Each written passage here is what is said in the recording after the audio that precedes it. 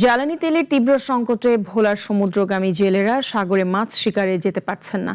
এতে কর্মহীন হয়ে পড়েছেন জেলার প্রায় 1 লাখ জেলে। বিল্লাল নাফিসের রিপোর্ট, জানাচ্ছেন শাশ্বতী সরকার।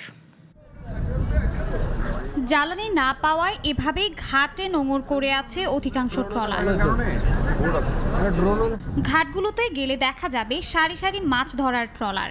জেলেরা কেউ জাল মেরামত করছেন, কেউ বা ট্রলারে বসেই উদ্বেগে সময় পার করছেন। অনেকের ঘরে দেখা দিয়েছে নিত্য প্রয়োজনীয় পণ্যের সংকট। গভীর সমুদ্রে যাওয়ার পর্যাপ্ত জ্বালানি না পাওয়ায় চরম দুশ্চিন্তায় ভোলার মৎস্য শ্রমজীবী মানুষ। অনেকেই নির্ধারিত সময়ের ট্রিপ বাতিল করতে বাধ্য হয়েছেন। ধার দেনা করে সংসার চালাতে হচ্ছে বহু পরিবারকে।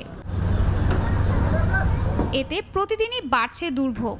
দ্রুত জ্বালানি সরবরাহ স্বাভাবিক না হলে সামনের দিনগুলোতে পরিস্থিতি আরও ভয়াবহ হতে পারে বলে আশঙ্কা করছেন তারা।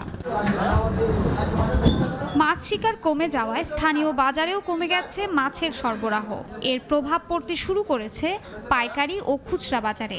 ক্ষতির মুখে পড়ছেন ব্যবসায়ীরাও। তেল লাগবে 10 লিটার, তেল ভাই 3 লিটার 2 লিটার, এইভাবে হলে আমাদের মেশিনও চালাইতে পারি না, নদীতে যাইতে পারি না। তেলের দাম বাড়তি, অসম্ভব বাড়তির কারণে আমরা নদীতে জাল ফলাইতে পারি না। সরকারের কাছে আবেদন দাবি আমাদের তেলটা সস্তাভাবে দেয় বা যেই পরিমাণ তেলের প্রয়োজন ওই পরিমাণ দেয়। কামারি দিয়ে তো 2 মাস বন্ধ, কিভাবে চলি উপরে আল্লাহ ভালো জানে। ঊর্ধ্বতন কর্মকর্তাদের সাথে যোগাযোগ করে জেলেদের জ্বালানি তেলের সংকটে দ্রুত ব্যবস্থা নেওয়ার কথা জানায় জেলা মৎস্য বিভাগ। আমরা আশা করছি যে বিষয়টা খুব সহজে সমাধান হবে।